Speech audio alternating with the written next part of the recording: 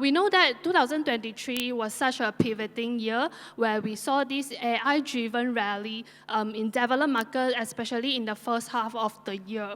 So I'm sure audience also would love to learn more about investing in technology around the world. So the first question that I would like to ask our fellow panelists is that, what do you think about the most promising emerging technology? Because we've been hearing about AI a lot, right? But technology is just about AI. So what do you think about the most promising emerging technology, and how do you assess this kind of company when including them within the portfolio? So perhaps Chun Hong, you may share it from the context in developed market like US and Europe. Okay, thanks for the question. So I guess I'm sure that everyone knows the best emerging and promising tech will be generative AI, artificial intelligence. Okay, so as a house view, we reckon that AI could be the next or the fifth industrial revolution. So how it all started, I mean, in the past 100 over years, it started with steam, propelled the first industrial revolution, and then followed by electricity, that power the second industrial revolution. And then third will be the primary automation and machinery that engineer the third industrial revolution. Then internet has shaped the fourth one. So we reckon that generative AI will be the fifth one. But of course, it's just the early stage, and we only started hearing generative AI, ChatGPT in the last 1 year or maybe 6 months. But of course, this has started more than 2 years ago. Okay, so, and it's moving very slowly. So it started with the data center in 2023. In 2024, 2025, I think it was slowly being adopted through the mobile phone and PC. But how do we benefit from that? How do we invest in this kind of thing?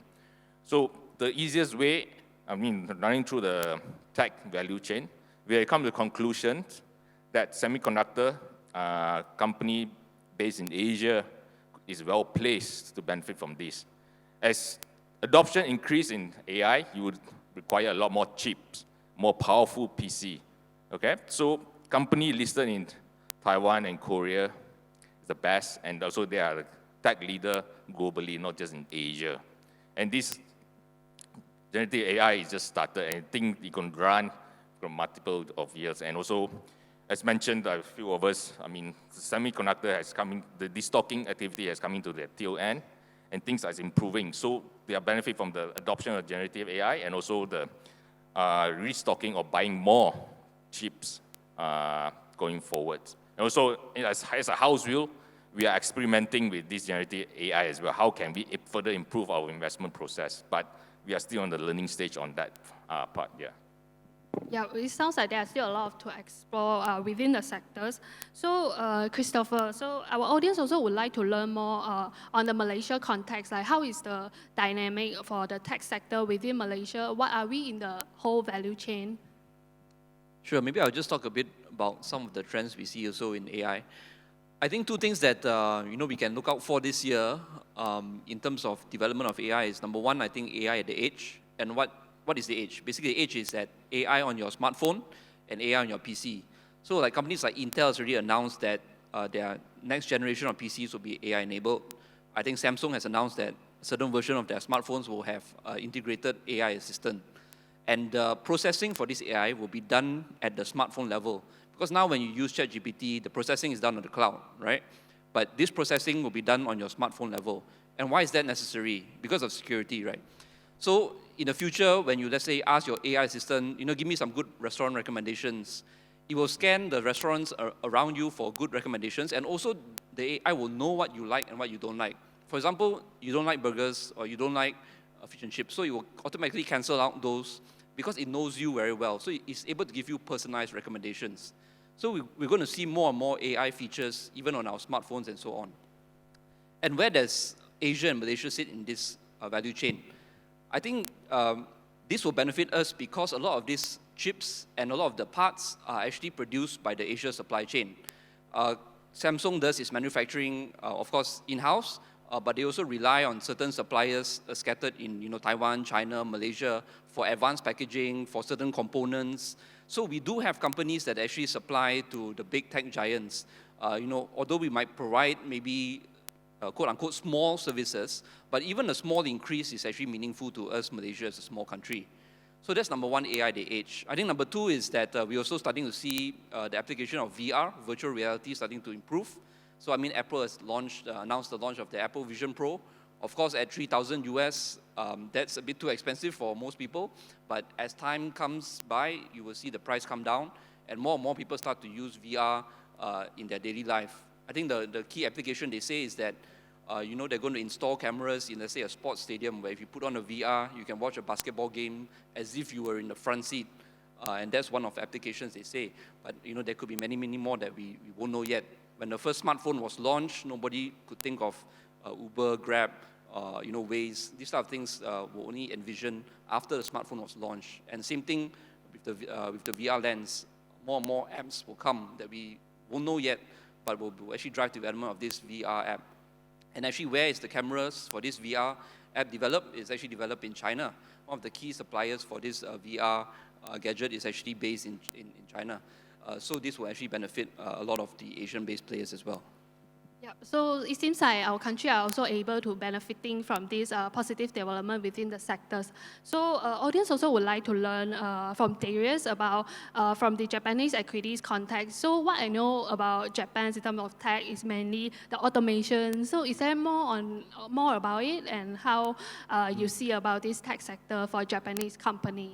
Right. I mean, definitely on Japan's side, there are going to be less obvious choices. I mean, many of you are familiar with the Apples, the Amazons, and all that of the world. But that's not to say that Japan doesn't have tech kind of industries. I mean, think about the Nintendo Switch, the Sonys, the PlayStations, and all these others. These are all stuff that, Japan is still doing, and they are going to be competitors with the global players as well. But I think one area that has been very underlooked at in Japan equities, right, is the fact that actually they are leaders in robotics, automation, because they have an aging population. Now this is a buzzword for all of us because it's the in thing, but Japan has already been, doing robotics and automation 10, 15 years ago because of their elderly population. We all go there and they've got vending machines at restaurants and all that. They've got robots helping to clear out trays and all this. So they are already, way ahead of us in many, many developing countries or developed countries from that aspect. But what a lot of people also don't realize is that many of their companies are very key to the supply chain management issues. In order for Apple to do what they do and to produce the number of phones that they do, you need Fanuc, for example, who is the robotics manufacturer that outfits their entire factory. Now, obviously, when we talk about AI and all these others, everyone is only focused on Samsung Electronics, Taiwan Semiconductors, and NVIDIA. But the whole phone is made up of more components than just the semiconductor chips. You get what I mean? There's the circuitry board, there's all these other elements and components that Japan is actually a very key part of in the entire value chain system. And so as a result, we think that that's the part that has been very, very underlooked at. And this is an opportunity actually for the Japanese market to actually shine. Yeah. So another really popular question that I've received a lot from the investor is definitely about, because of the rally within the tech sector over past 1 year, is there still opportunity for example, the new investor to position into the sector at this point in time, given the stretch valuation?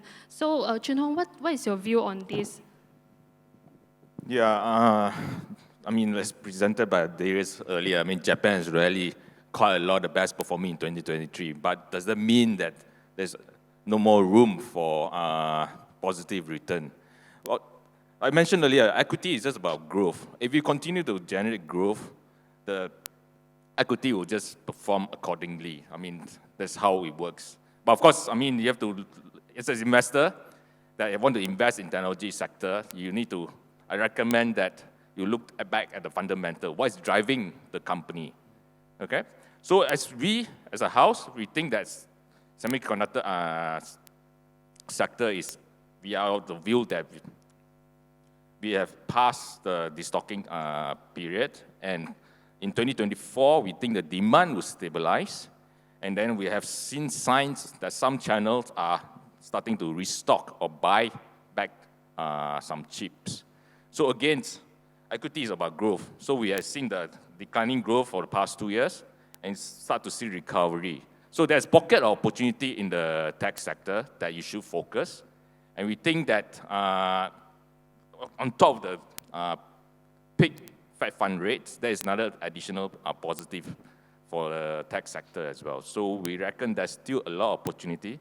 And generative AI just started, like I mentioned earlier, as a principal house, we just start to explore and see how we can further utilize it and improve the investment process. So I'm sure that some of us or some of the companies that are based in Malaysia or anywhere else are exploring it and how to further improve from that front. Yeah, so it's just started, and more adoption means it will drive the demand at least for the next few years for the tech sector. Yeah, thanks.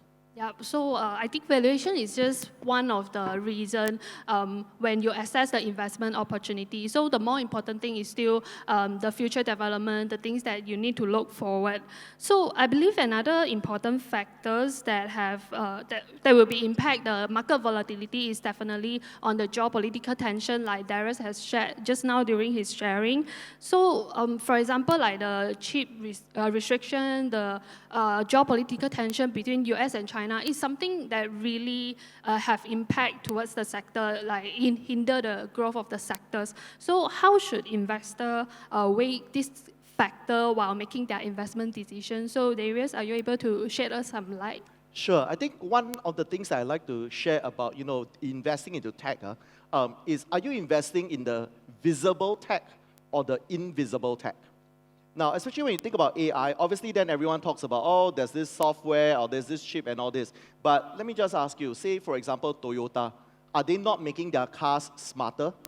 Are they not trying to also program language and algorithms to make their cars smarter? So what I'm trying to say is that, if you're looking at where the geopolitical risk and, Feds and all that was mentioned by Chun Hong, it affects all those very visible guys, right? So your Facebook, your Metas, for example, your Amazon and all these others, they will get the first line of hit. But if you're still looking for growth and all that, there are a lot of other companies lying below that could actually help you get exposure to that. But which also means that high risk, high return. If you're investing in the very visible stuff, do expect it to rally very quickly and drop very, very quickly. But if you're investing in the second layer, the third layer, maybe things don't move as quickly as much, but you can be assured that they're moving the right tandem of direction. Let me give you an example that you can relate to. Everyone here still uses Zoom? Yes? Yeah, just a nod of your head. Okay. Now, for us as a Japanese company, we use Zoom quite a fair bit as well. But here's something that's interesting for you. Japanese people, right, as in our colleagues in Japan, they don't speak very good English. So whenever we have a meeting, right, it's still translated. But do you know today Zoom can do translation? You all know that, right? But do you know Zoom can also do transcribing?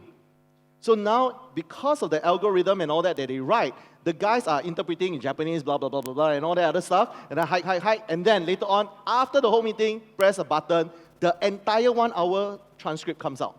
And that's Zoom for you. But if I were to ask you, would you associate Zoom with AI today, with tech, with growth? Your answer probably will be a no. So that's what I mean by, think about these two components, and then when you start to think about these two components, ask yourself, then what are the geopolitical factors affecting some of all these stocks and shares? Yes, some guys will get whacked and all these others, some guys won't. But just before I go and hand the time back to you, I also want to just plot one more thing on everyone's mind. I agree with Chun Hong that, it is very early stages for many of all these tech. However, one of the key risks also is regulatory. Right? Because governments of the world wants to be able to control what is new and what they don't understand. And you look at ChatGPT, for example, they are getting sued by the New York Times, right? Because why? Unknown to all of us, they downloaded millions of articles into that ChatGPT model in order to train the algorithm. So again, if you take a look at the last 1-2 years, Facebook got fined by Australia, by everyone. They have to pay revenue. I'm very sure there will be a lot of all these issues emerging in the AI space as well. However, I believe that the rapidness of the development of the technology is going to be exponential. It's just that it will be curtailed by some of all these regulatory risks as well. Yeah. Thank you, Darius. So the things that we have discussed just now are mainly on the tech rally. They are mainly concentrated on the mega cap or large cap. So there are also our audience that would love to learn more about the small cap sector itself, whereby after the underperformance compared to the large cap? Are they able to pick up, or is there any opportunity within the segment? So, Christopher, are you able to share with us on the small cap segment as a whole? Yeah, sure. I think last year we saw like outperformance in the Magnificent Seven, but I think this year the performance should broaden out into the smaller and mid cap sector. I think when you talk about small mid caps, I mean there's many components to it. I think the Asia supply chain should continue to benefit from the increase in chip demand. Like you see that Nvidia, when they produce their GPU chips, they need more and more memory. Because if their GPU chip is the brain of the computer, they need more memory to store the amount of data they process. So each NVIDIA chip now requires more and more memory. At first, they stacked 4 HBM chips. Now they're stacking 8, then 16. So memory chips are produced by companies in Korea like SK Hynix and Samsung. So as AI advance, they actually need more and more supporting components, supporting technology, supporting parts to actually enable their process. So this will actually benefit the supply chain.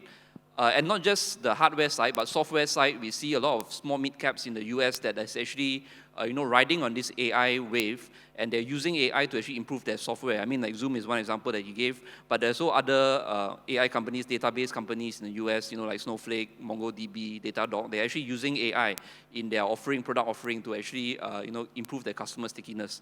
So there's also a lot of opportunities in this software space. Thanks, Chris. So, Chun Hong, how about the Asian small cap segment? Is there any opportunity emerge within the segment? I think regardless of where it's based, whether it's in US or Asia or even in Malaysia, I mean, there's opportunity, but against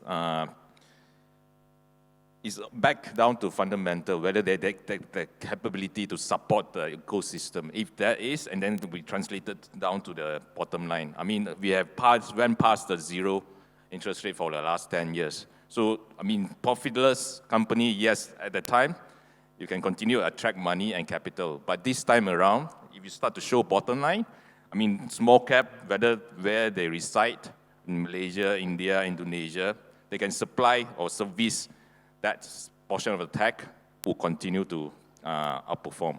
Yeah. So like I said earlier in my presentation, why Malaysia small cap is one place that you want to be in, because Malaysia small cap is the only sector or asset class that generate growth in Malaysia, whereas KLCI is just flat for the last 15 years. Yeah.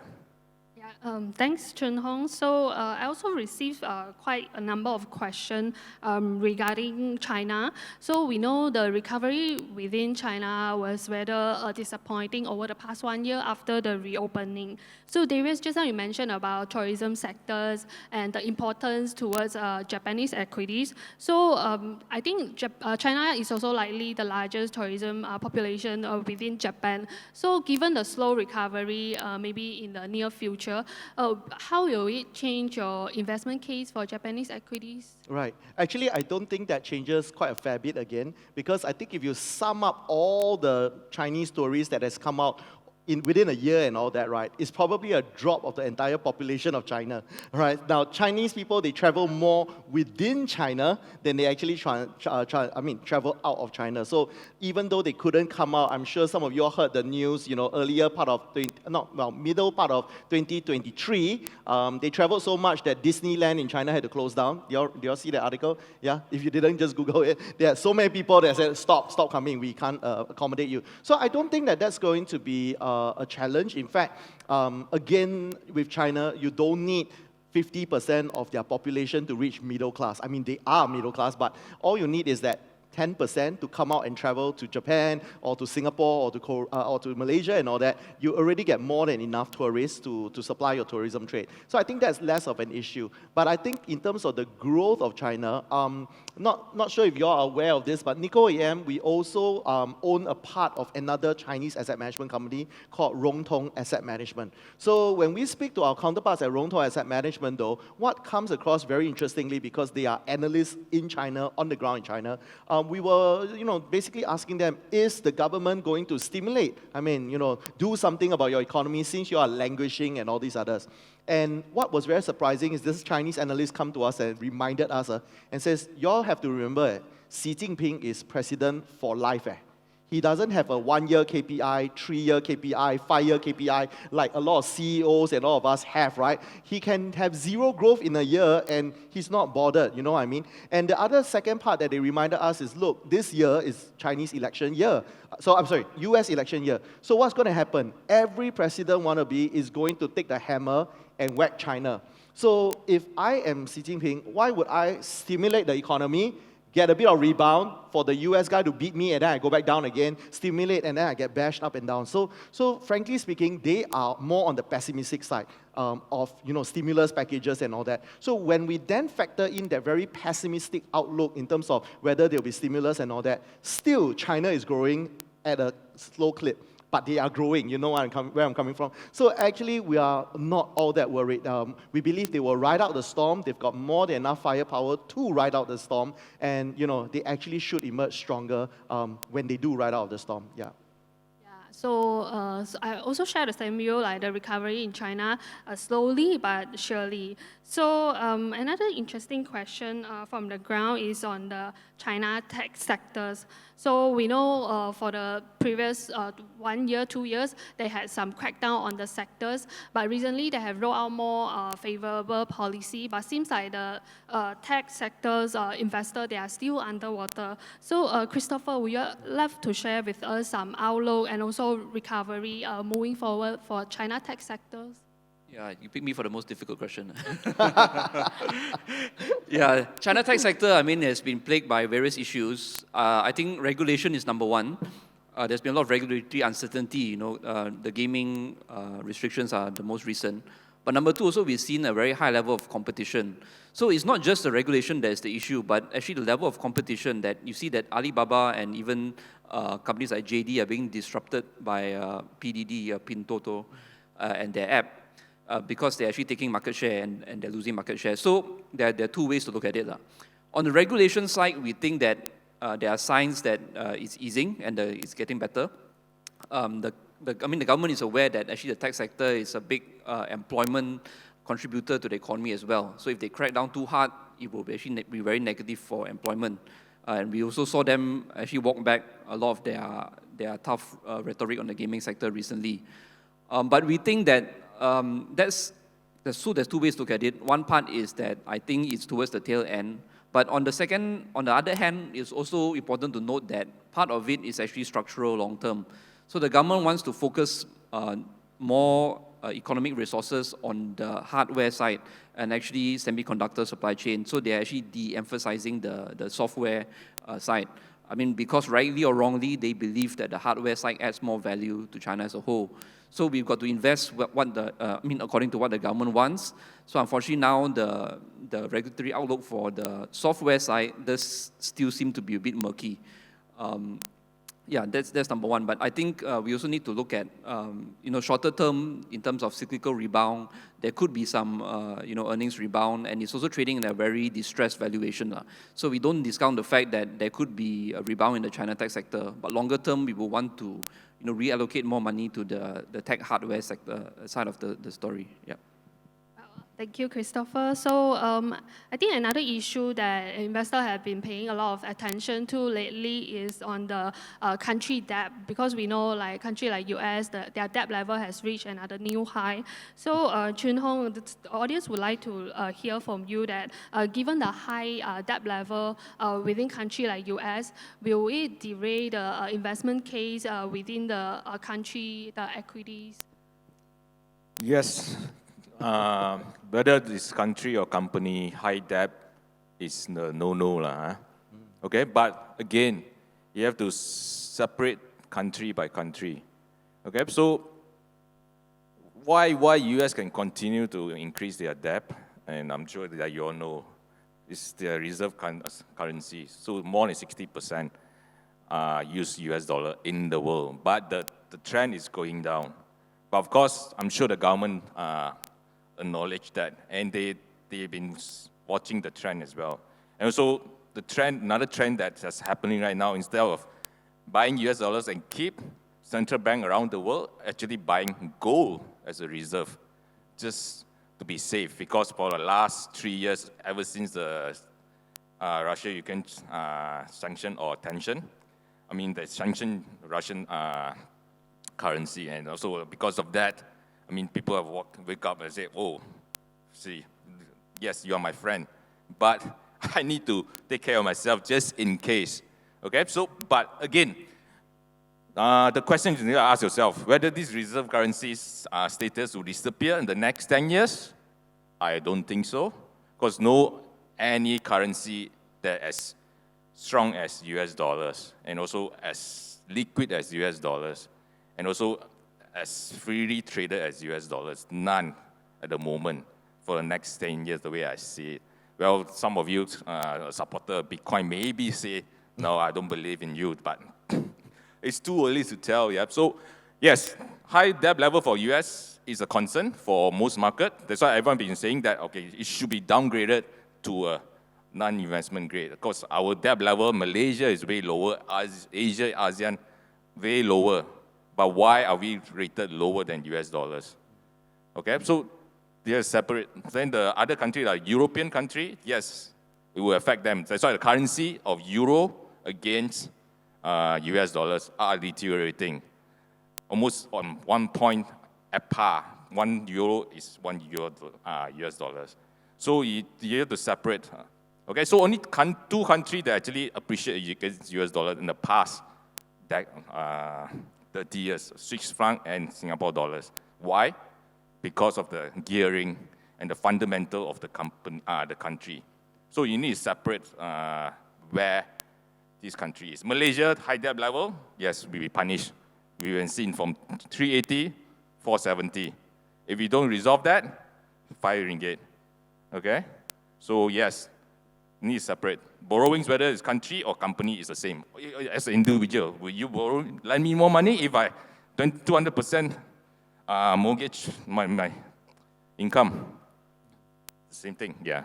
Yeah, so I think for the case like US, the more important thing is whether they can maintain the dominant status for their currency. So Darius, I see you smirking. I think you can know that this question is coming. So we know Japan is actually one of the countries with highest debt to GDP ratio. So should investors be concerned when they invest in Japanese equities?